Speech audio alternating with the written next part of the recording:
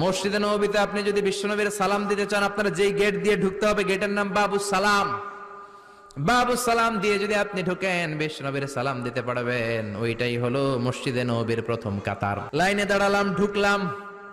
ভাগ্য ভালো, এমন একটা জায়গা পেয়েছি লেখা মাকান তাহাজ্জুদি রাসূলিল্লাহ, মানে এই জায়গায় রাসূল তাহাজ্জুদের নামাজ পড়তেন।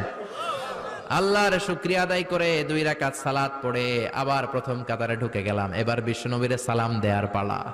হাঁটতে লাগলাম সবার সাথে।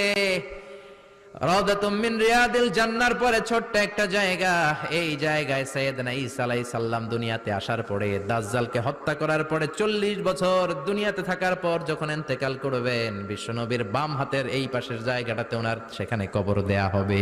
সুবহানাল্লাহ, ছোট্ট একটু জায়গা, কবর দেয়া হবে সেখানে। হাঁটতে লাগলাম, এরপরে বিশ্বনবীর কবর, লেখা মুহাম্মদ রাসূলুল্লাহ সাল্লাল্লাহু,